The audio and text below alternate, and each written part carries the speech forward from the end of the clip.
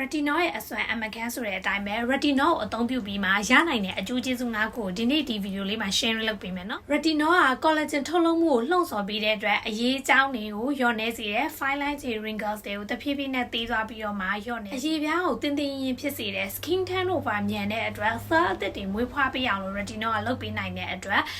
အရေးပြားကို smooth ဖြစ်စေတဲ့နုနုညံ့ညံ့လေးနဲ့တောက်ပြောင်စေတဲ့အရေးပြားကိုတင်းတင်းရင်လေးနဲ့တောက်ပြောင်စေတယ်ပေါ့နော် Retinol ကအမဲဆက်တွေ spot တွေကိုပျောက်ကင်းသက်သာစေတယ် Retinol ကိုပုံမှန်လေးသုံးမယ်ဆိုလို့ရှိရင် skin tone ကိုကြည်ကြည်လေးနဲ့ glow လာစေတယ်နောက်တစ်ချက်ကတော့ Retinol ကချွေးပေါက်တွေကိုသက်သာစေတယ်ချွေးပေါက်တွေအရန်မကျဲသွားအောင်လို့ချွေးပေါက်တွေကျင်းအောင်လို့ချွေးပေါက်လေးတွေသေးသွားအောင်လို့ Retinol ကပြုလုပ်ပေးတယ်နောက်ဆုံးတစ်ခုအနေနဲ့ဆိုလို့ရှိရင်တော့ sun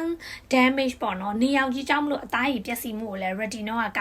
ကာကွယ်ပေးနိုင်သေးတယ်နေရောင်ကြီးကြောင့်မလို့အမဲဆက်ဖြစ်သွားတယ်နေရောင်ကြီးကြောင့်မလို့လောင်သွားတယ်ဒီအသားရည်ပျက်စီးမှုကိုလည်း Retinol ကကာကွယ်ပေးနိုင်တယ်တခုတော့ရှိရယ် Retinol ကိုသုံးမယ်ဆိုလို့ရှိရင်ကိုဝင်ဆောင်မိခင်နေနဲ့နှုတ်တိုင်းမိခင်နေနဲ့လုံးဝသုံးလို့မရဘူးနောက်တစ်ခုက Retinol ကိုသုံးမယ်ဆိုရင်တစ်ပတ်မှာ3ရက်ဒါမှမဟုတ်4ရက်လောက်ပဲသုံးရမယ်။နောက်တစ်ခုအနေနဲ့တည်ထားမှာ Retinol သုံးပြီးသွားပြီဆိုလို့ရှိရင် moisturizer နဲ့ sun cream မဖြစ်မနေသုံးပေးရမယ်။ဒီလိုမျိုးအသားရည်ထိန်းသိမ်းမှုဆိုင်ရာနည်းလမ်းကောင်းတွေကိုအခမဲ့လေ့လာခြင်းနဲ့ဆိုလို့ရှိရင်ဇဲအကောင့်လေးကို like and follow လုပ်ထားပြီးတိကျတဲ့မိခွန်းရှိရဆိုရင်လည်း video အောက်မှာ comment